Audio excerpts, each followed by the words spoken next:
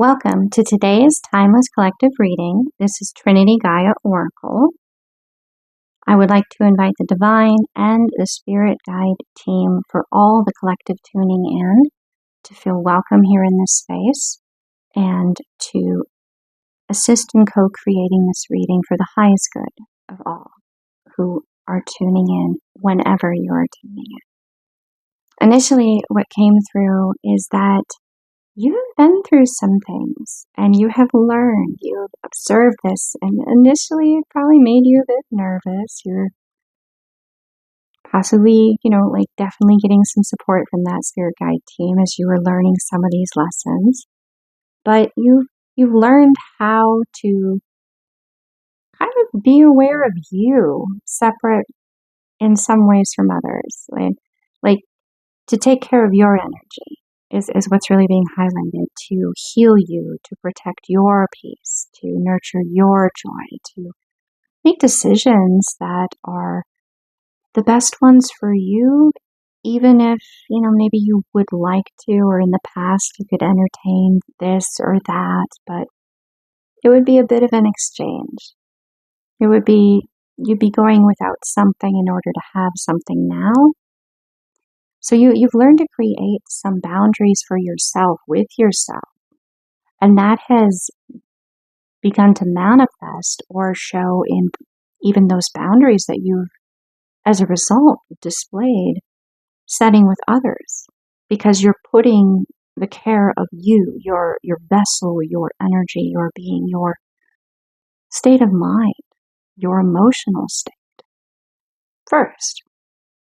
You've been choosing and learning to continually feed that growth of that muscle, of that strength, to know that by bringing your highest best self to the table, you are giving that gift of your presence in that state to those that you interact with.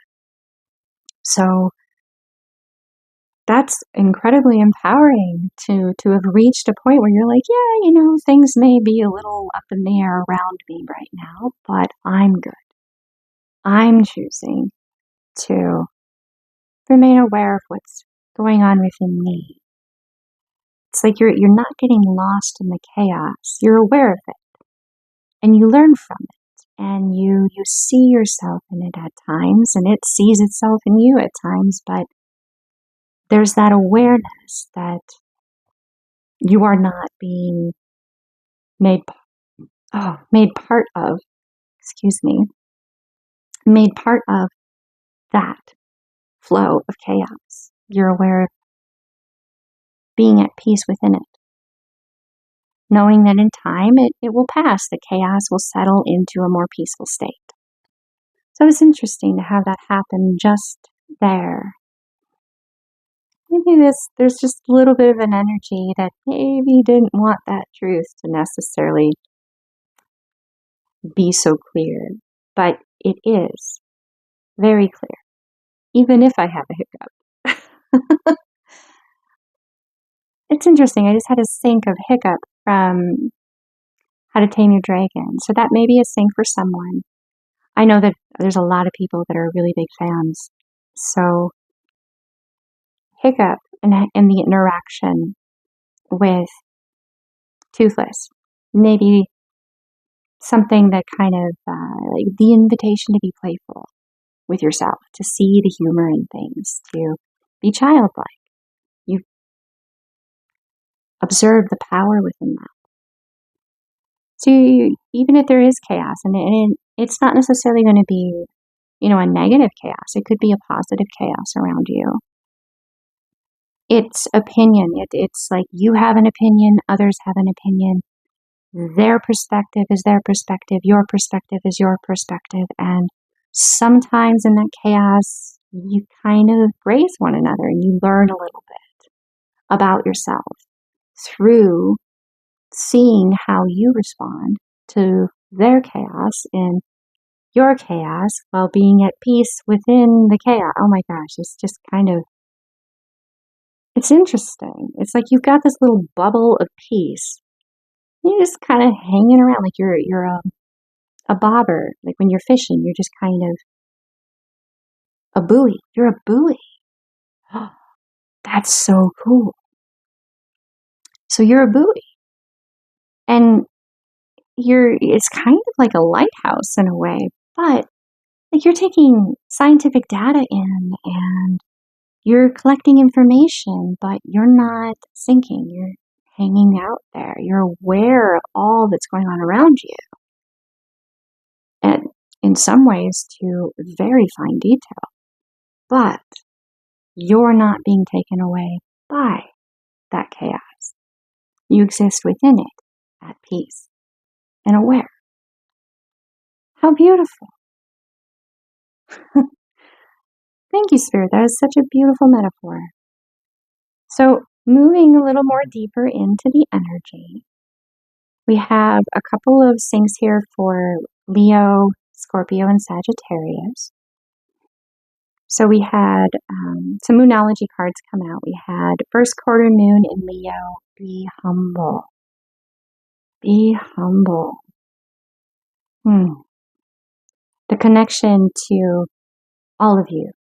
The conscious self, the inner child, the ego, the higher self. All of the cells of, like all of the facets, if you will. The connection to everything, and yet also being aware. Another metaphor coming through, another way of speaking to that buoy metaphor. And then we had new moon in Leo, shine.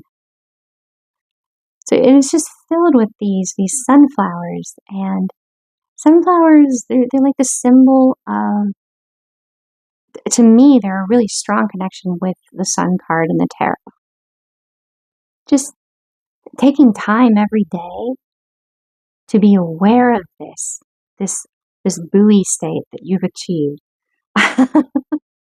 The happiness, the peace, the cleansing of your aura, your energy, the reinforcing of those boundaries of the spiritual armor that allows you to continue to be aware and just kind of be at peace in the midst of chaos. That's another famous quote as well, to be at peace in the midst of chaos. Then we had Scorpio, breathe through the tension. So even though at times, as this buoy, you may be in the middle of a storm, you're going to be fine. You're going to ride it out. You're still going to be floating. You're going to be collecting a lot of information. I am definitely seeing this being placed in like the ocean. And helping to monitor what's going on in the ocean. Now, with the Scorpion, there's going to be some emotional aspect to this, some intuitive aspect to this, to kind of bring it more into the individual internal experience of what that storm may be. You're still at peace in the midst of it. You're observing it. And that's the invitation here, is to have the curiosity of observing it and being willing to see whatever this chaos, this tension, this possible conflict may be from different perspectives, especially ones that you're not necessarily used to having. Or if this is an individual, for example, how would you view the dynamic if you were them? From their perspective, given what you perceive them having at hand to know. How would you feel if you were them? And drop like the preconceived notion of labels, because people are ultimately consciousness. Then they add on the filters and the filters and the filters. And for some of the individuals tuning in, this is a very, very deep aspect of you that is being brought to the surface in this interaction, in this dynamic, in this tension, in the observation. How it's like a challenge. It's a challenge. How compassionate are you able to be? Yes, there's empathy, definitely, to be aware of what's going on inside of you. Yes, but you're this buoy. You're at peace. So you're just kind of, you're there and you're aware and you're observing and you're curious and you have your perspective. But what would the perspective be of the individual that is creating the tension, that is uncomfortable, that is awkward, that is not necessarily something that you would want to experience? Or, and this could be work, it could be relationship, it could be family, it could be a friend dynamic. There's a lot of people tuning in for this throughout the lifetime of this reading being available. So do take this as this resonates. Some of it may be definitely for you, but some may be for subgroups within the collective tuning in. The challenge is being able to have compassion for them, because that is feeling for others. Empathy is feeling within self. If they're behaving defensive, why are they feeling the need to protect themselves? What do they perceive that they are somehow vulnerable, or maybe might fear something because you're at peace and you're just there? That is somehow triggering this possible defensiveness. Maybe they actually go on the offense, but they're like passive aggressive, or it's like the subtle things, unless it's right there in your face. I mean, when the scorpion stings, you know it. It's not subtle. It could also be, oh wow, okay, this was very clear. Okay, because I was at a sync with watching a documentary the other day, and it spoke about in a specific culture, they had people that practiced exposing themselves to scorpion venom on a regular basis, and that protected them. And if it was known, they were protected from being attacked or assaulted in any way, shape, or form, because whoever attacked them would end up being exposed to this venom. So this metaphor, if applied to an individual now,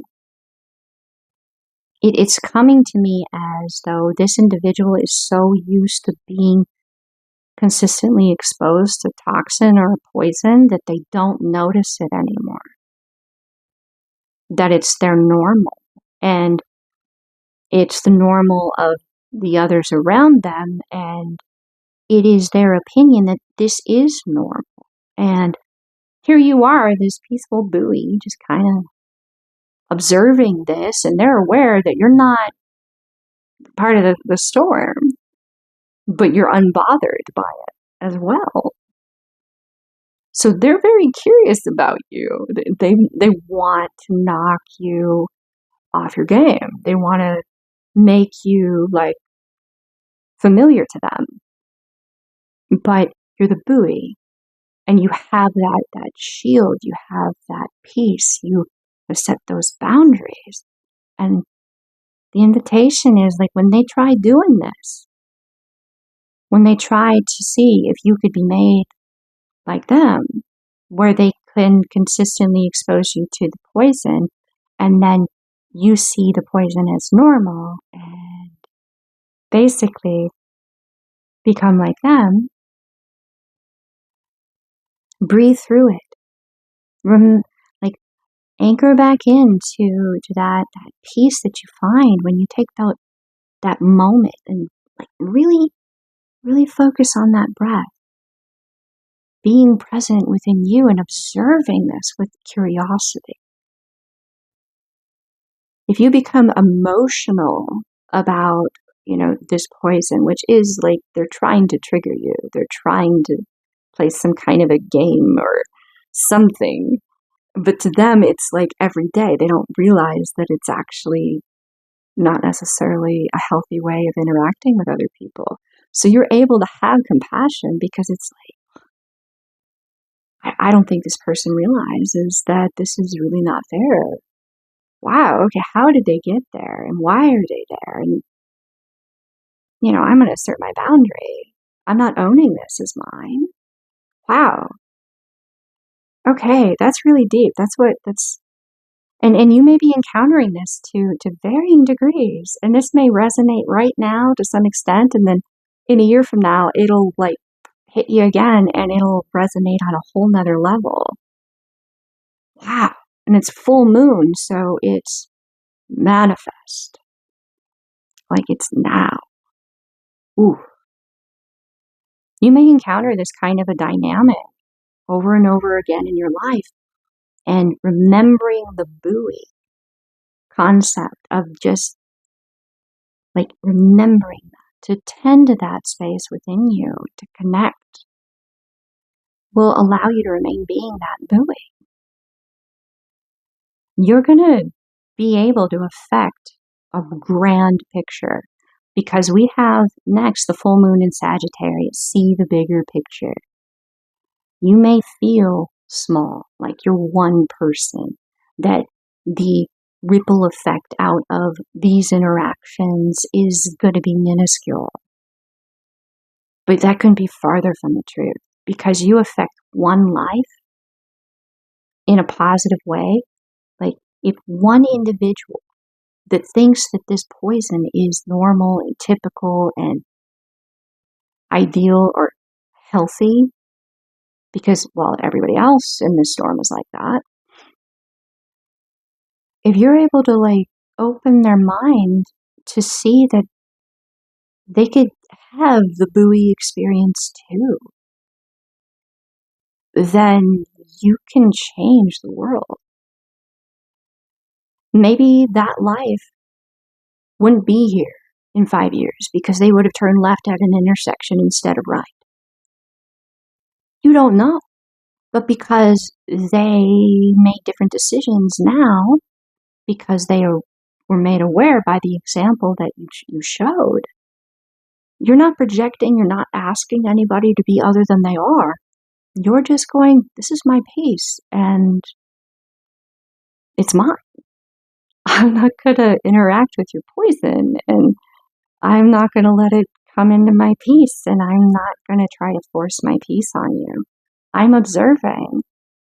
And when these moments reach a point where like the scorpion actually tries to like sting, it's not subtle. It's very assertive attempt to break your bubble of peace, right? In that moment, you can then go, okay, well, this is what I've observed. This is the logic. This is what my data instruments have shown me. So this isn't really about me. This is about you. And in that compassion, it's not, this is your problem. This is a you thing. No, it's, you're in pain. And I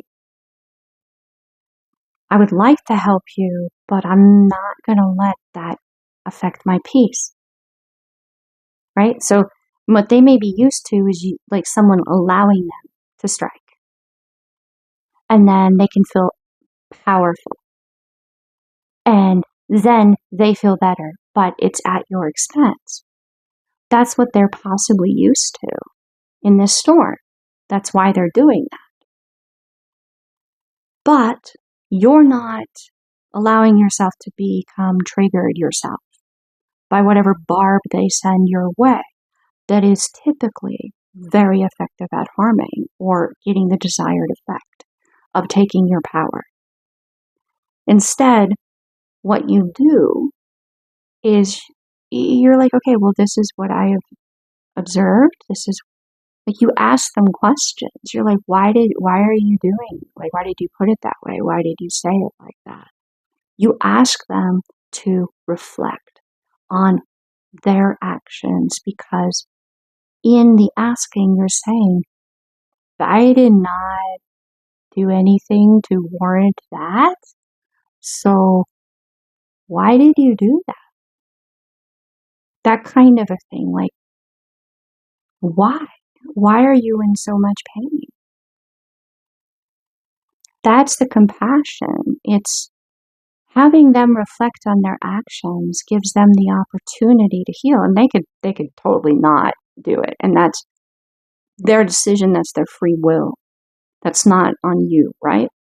But by asking them why they threw that barb or why they said that or why they did that, they then have to justify their actions and their words with a response, and maybe they can't, because then they're made to see their reflection in their actions, and it opens for healing that within them, and they can choose to take that opportunity or not.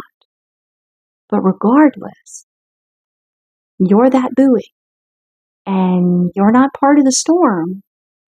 You're there, you're observing it, you're interacting with it from a, well, the water temperature is this, the wind is that, the speed at which the water is moving by is this, and you're observing and you're interacting from that way, but you're not becoming the storm. You're not becoming the water temperature or the water speed. You're observing. So your peace, especially when you take this time and you're humble and you're aware of just how happy you are, that you have everything before you to look forward to.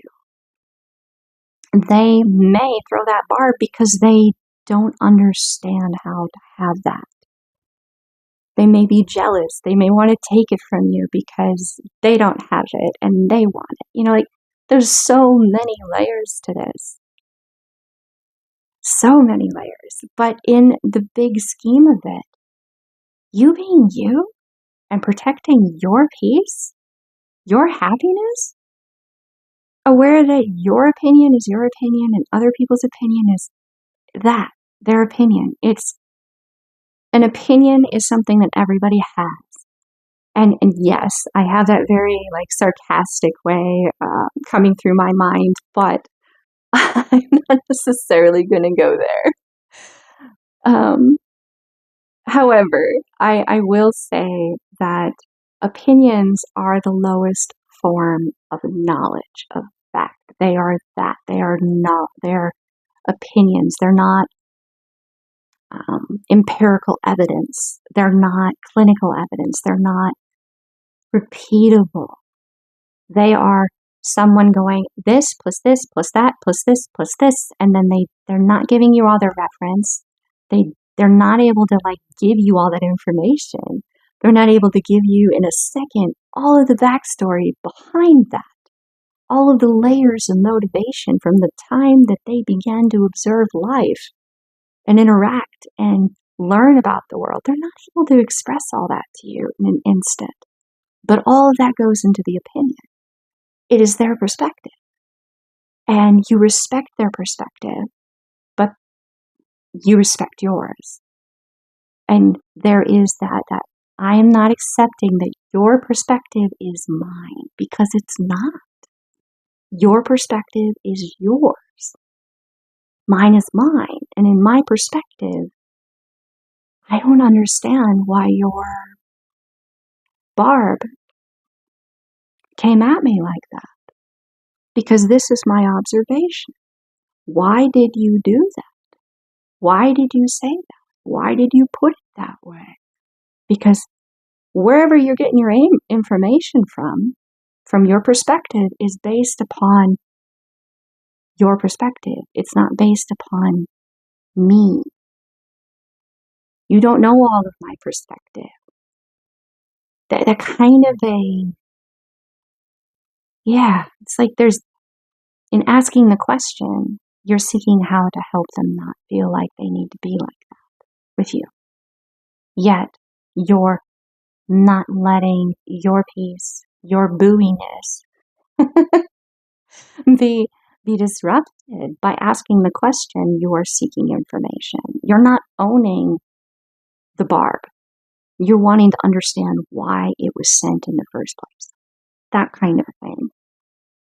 And in that, this person, people around you when this happens, you never know who you inspire by remaining in your buoyness, in your peace, in your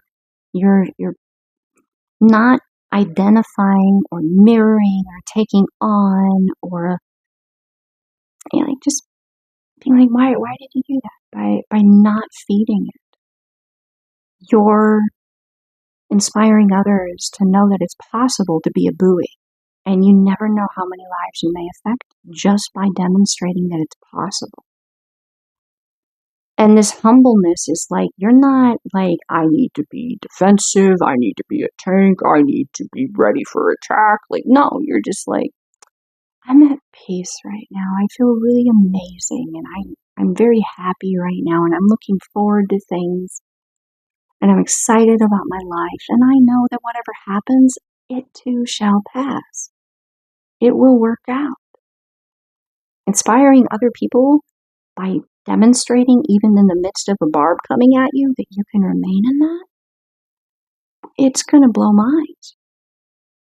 It will blow minds at times, and it contradicts the storm. It shows that there is another way to be strong and not be part of the storm, not be like everybody else, right?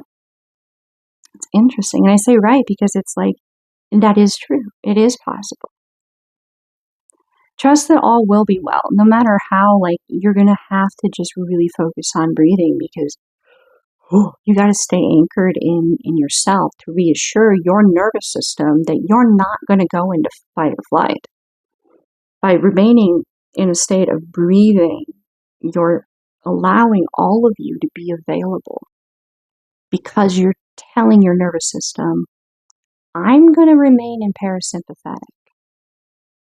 My heart rate's not going to go up. My blood pressure, my muscles, my like certain parts of my brain aren't going to get triggered. You know, like you're saying, I'm choosing consciously by breathing. Allow that to be your anchor for your buoy, your breath. Breathe in for 4, breathe out for 5. The whole reason they say in for 4, out for 5 is because when you exhale and it's longer than your inhale, that triggers that parasympathetic nervous system to remain in parasympathetic. That's the only reason. Your inhale, however long it may be, just allow your exhale to be a little bit longer. That's all. And yeah, you have an opportunity. This has already happened. This will happen multiple times, especially if you're able to remain anchored in your buoyness. That might be the title of this, your buoyness. Oh my gosh, that's funny. Just invented a word. There is someone right now in this dynamic with what came through in the receptive energy for the tarot that I pulled. This is what's, being guided for deeper insight for kind of what's in the midst here. And you're going to know who this individual is. It may be you, but there is a very youthful,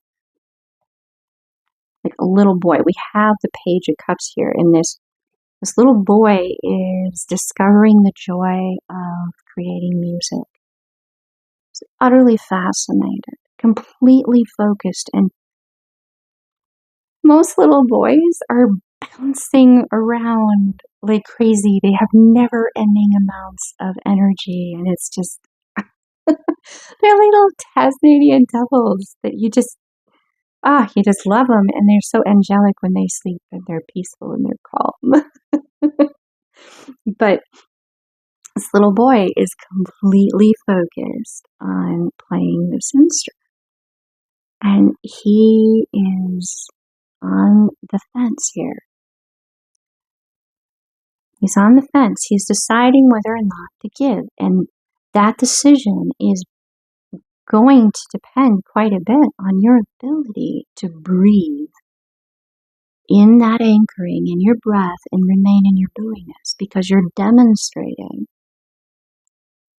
for this. Oh, I didn't mean to bump that. Sorry. You guys hear that? I think it records a little wonky. Either way, that you can make his inner child safe. And his I'm using because the image is of a male. But this could just be of someone who you know is very muchly in assertive, dominant energy. Predominantly assertive. Like they act, they choose, they do, they solve. That way of thinking, right? You're demonstrating that you can make their inner child safe. That you can contain them.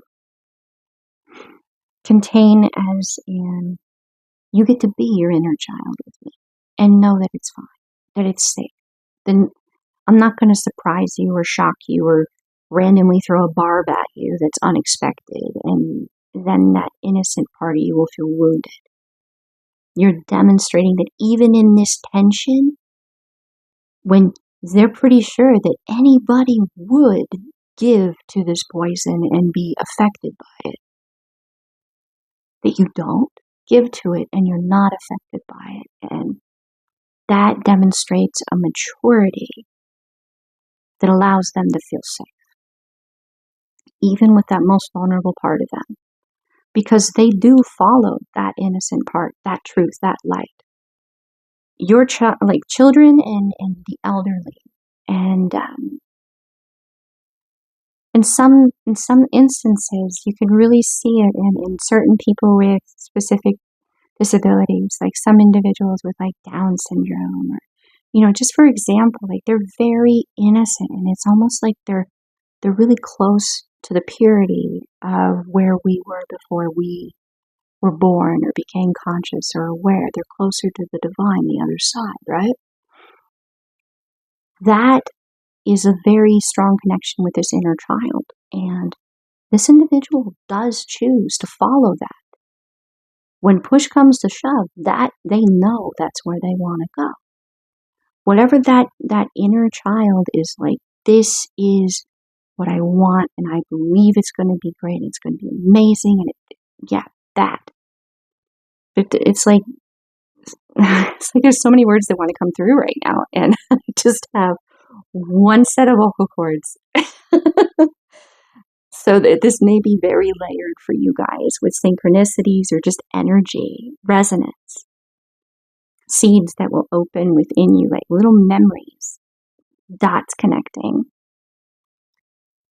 This is a warrior, though. This is someone that has no problem in taking their time, being methodical, paying attention to detail, and they will defend themselves and they will defend others. But they do know the direction that they're going, and that is towards a happier life, a life with actual love. That when they perceive that opportunity, they're not going to pass it up. They know that life is short, and that is the Knight of Pentacles here. And then we have the Queen of Wands. They know what they want. This is the first feminine form in the tarot that's come out here, and she is the epitome of what is desired. Yes, but sometimes the Queen of Wands can be toxic. They may have had other Queen of Wands energy, or maybe someone trying to pretend that they were a Queen of Wands, but they really weren't. They've gotten to this point in this storm where, throwing barbs and stuff like that, like it's normal, remember? So you know that they've been hurt, and it's not saying you haven't yourself. Because you have, and it's part of why you're able to be here, because you're able to understand both sides. You can tell where the boundary between the storm is and you, because you know both sides. And that fascinates. That's different. That's unique. That allows them to see that you are what they desire. And yet again, I'm going to say this could be you perceiving this. This could be someone outside of you. This could be a romantic person or just a friend or a dynamic you're watching play out before you, and you're learning a lot from it. So however this resonates for you, this Queen of Wands is capable of giving and receiving equally. It's like you're learning. And I'm going to speak as though this is your reading, but this can definitely, it can definitely be something you're observing happen and you're learning from it. You are learning so much about yourself from this interaction, and they are learning so much about themselves from this interaction. You're learning you're capable of remaining in your buoy energy through your breath, being your anchor, and you're able to be compassionate towards someone who threw a barb at you, intending to trigger you. That you're learning that you are capable of that. And someone else is learning that it's possible because you showed them that. And the individual throwing the barb is learning that maybe that's not who they want to be. Because your question of why did you say that? Could you say that to me again? Could you repeat that? You're asking them to really think about what they're saying and doing. And if they actually want to own it, and what it means about what's going on inside of them that has no effect on what's going inside of you. You're at peace. Your concern is for them, that they're in that much pain to do that. That's new. That's equal give and take. There is learning between this energy and you. And this can be the scorpion. Yes, but it can be someone else in the dynamic observing it. Like you have more than just one person in your life. You have family, you have friends. Even if you're very in hermit mode, you're more than likely going to be in a situation at some point where there's more than you and one other person in the room. This energy could be that other person in the room, or one of many. But that person that you inspire is learning a lot from you, as well as this person that is throwing the barb. This person throwing the barb, I'm not necessarily seeing them as the dominant impact of the learning here. They're kind of periphery. They're not core. The core is what this Page of Cups is. You and this Page of Cups. The Scorpion is a challenge presented or facilitated to be able to give you the opportunity to demonstrate this to this Page of Cups and prove that you're capable of it to yourself. So that when you encounter this again, you know you're capable. And they know you're capable. And you're at this threshold right now. They're at this threshold. We have Two of Wands here. This is something that typically with Two of Wands, it's like a partnership in creating this co-creating the path together. So you're capable of learning a lot from one another, giving and receiving that information and creating something beautiful through the culmination of that knowledge of yourself and being able to gift that to others. The co-creation could be between you and the divine and all of those spirit guides that are with you, your spirit team. But it can be this Page of Cups. This can be a soul contract. And walking, like co-creating this, like you both, with this Three of Swords here, there's a lot of anxiety present. But, because that's typically the broken heart, the question is, are you going to choose to empower the anxiety, or are you going to flip that and make it anticipation? Because this is a beautiful opportunity to heal yourself, affirm yourself, heal them, affirm them, heal the Scorpion person some, if they choose to, affirm them by saying, I notice you're in pain. I have compassion for that. Why are you doing this? You know, what is going on? Right? So there is an emotional aspect to this. Our body, and I'm going to say this again, I said it a couple of times, but it's so fascinating to me that the physical body doesn't know the difference between the effects that your body goes through when you are experiencing anxiety and anticipation. This Page of Cups may be in anxiety, wanting to be in anticipation. Which one do you choose? Because that determines the outcome of this dynamic, if this Page of Cups really does go upright. But I will tell you that the last card that came out here, because these last 3 or 4 came out together, on the other side of this broken heart, especially if they sense that you're anticipating this, that you're like, yes, my opportunity. You're not dreading the experience. You're like, yes. Okay, breathe. Oh, wow. That was said. Oh, wow. That person did that. Oh, all right. I'm breathing.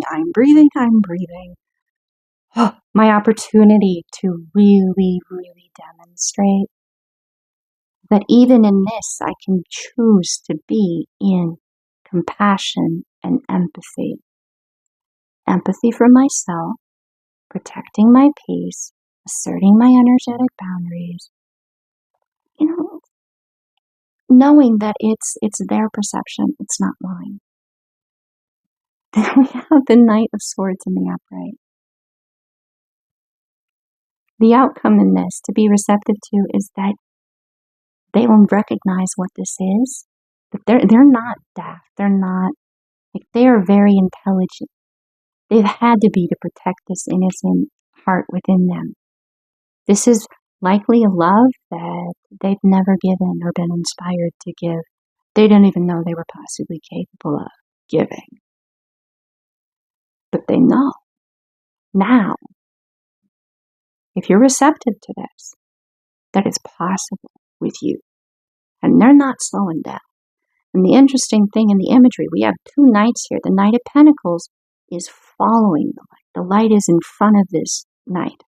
The Knight of Swords, the light is behind them, and their solar plexus chakra is lit up, and they are not being slow with how they are moving on that horse. It is not slow and methodical. It is, can I be there yesterday? Can I time travel into the past? That kind of, this is for sure where I want to go. And the divine is backing them. It went from following the divine to, yes, I'm all on board. I want to go there fast. Okay, I do want to let you guys know before we move into the assertive energy that I just saw the number synchronicity 4411. So that may be of significance at this point. So it came out in the assertive energy is that the storm is pretty much the Hierophant in the reverse. Hypocrisy, elitism, everyone's two-faced. Everyone's two-faced. There's always some angle, and you're contradicting that. Because we have the Two of Swords here. They are very interested. They are very intrigued because you are not like others. You are apart. You are different. They want to give to that. They want to know your truth because they're not really enjoying this, Hierophant in the reverse energy everywhere. They like your energy. They see something that intrigues them and they want to learn from you, which was in the receptive energy as well. But we then have the King of Spheres. So this is a masculine energy. It's about action. So it's really telling me intuitively what I was guided to say is that legitimately they're a little worried that they're not enough. That because they're part of this storm and it's all they know, that you being different, that you could not, accept. It's very like Romeo and Juliet, red versus blue, Nomeo and Juliet. You're not really, consciousness-wise, you're not really different. You've just been surrounded by different things, or because you've been hurt and it's obvious they've been hurt. You've just found a different way of being, and they want to know how. They want to know your truth. So they're feeling like, well, I'm not a buoy too, and I want to be a buoy too before I approach you, but I don't know your truth to maybe understand how to be a buoy.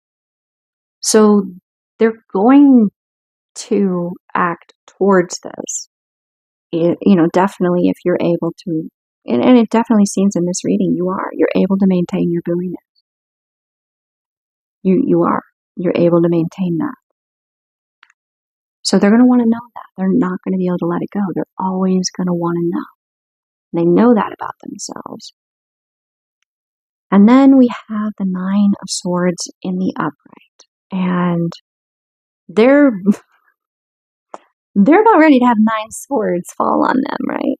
But they choose to, act towards your truth. And in doing that, this changes from a 9 of Swords into a 10 of Swords. It becomes a new beginning. Maybe all 9 of these swords are lies and deception. As anybody who you've known or have heard of that is like a pathological liar, right? Which is pretty much what this Hierophant energy is. There's going to be some truth mixed in with a lie for it to uphold itself for long enough to have achieved whatever they set out for the lie to achieve in the first place. If it's all total fooey, it's not going to hold up. It's not going to hold water long enough, right? So all 9 of these are deceptive. They may have some truth, but they're part lie, and this individual knows that. And they see that you bring truth, that there isn't intentional knowing, there's no angle, there's no deception. It is truth. Your knowledge that you bring is truth.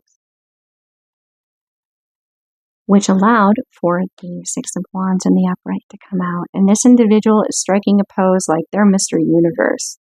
Ha ha. Flex. Very victory. Like, look at that.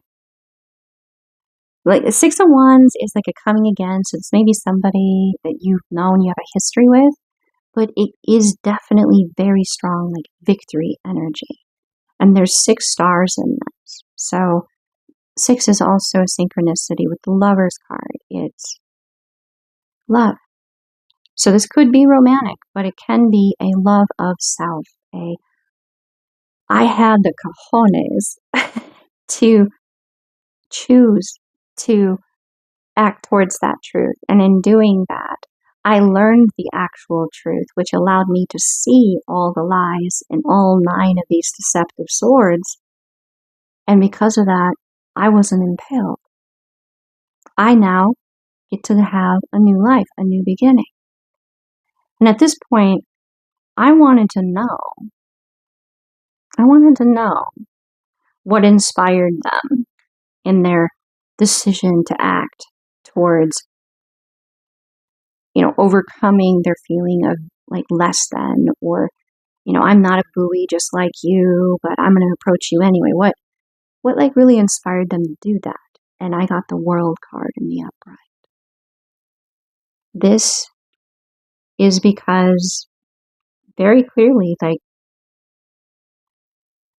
they know that in giving to this, their world will change. And it will change for the better. It will be a whole new portal of abundance and creation. And when you've been surrounded by nothing but pathological liars, and you want a different way of being, a part of you, that inner child, that Page of Cups, desires more. And they're seeing that here. They're not going to pass this up. This opportunity to learn from you.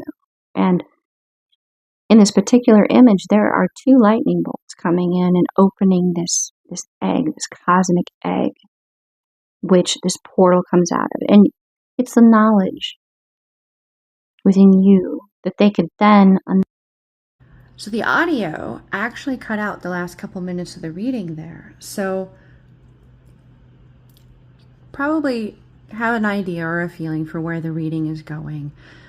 But that piece is unique to each and every one of you, and it is meant for you to discover in your own time, in your own life, for the synchronicity of it to feel real, as validation, as truth, so you could authentically own that.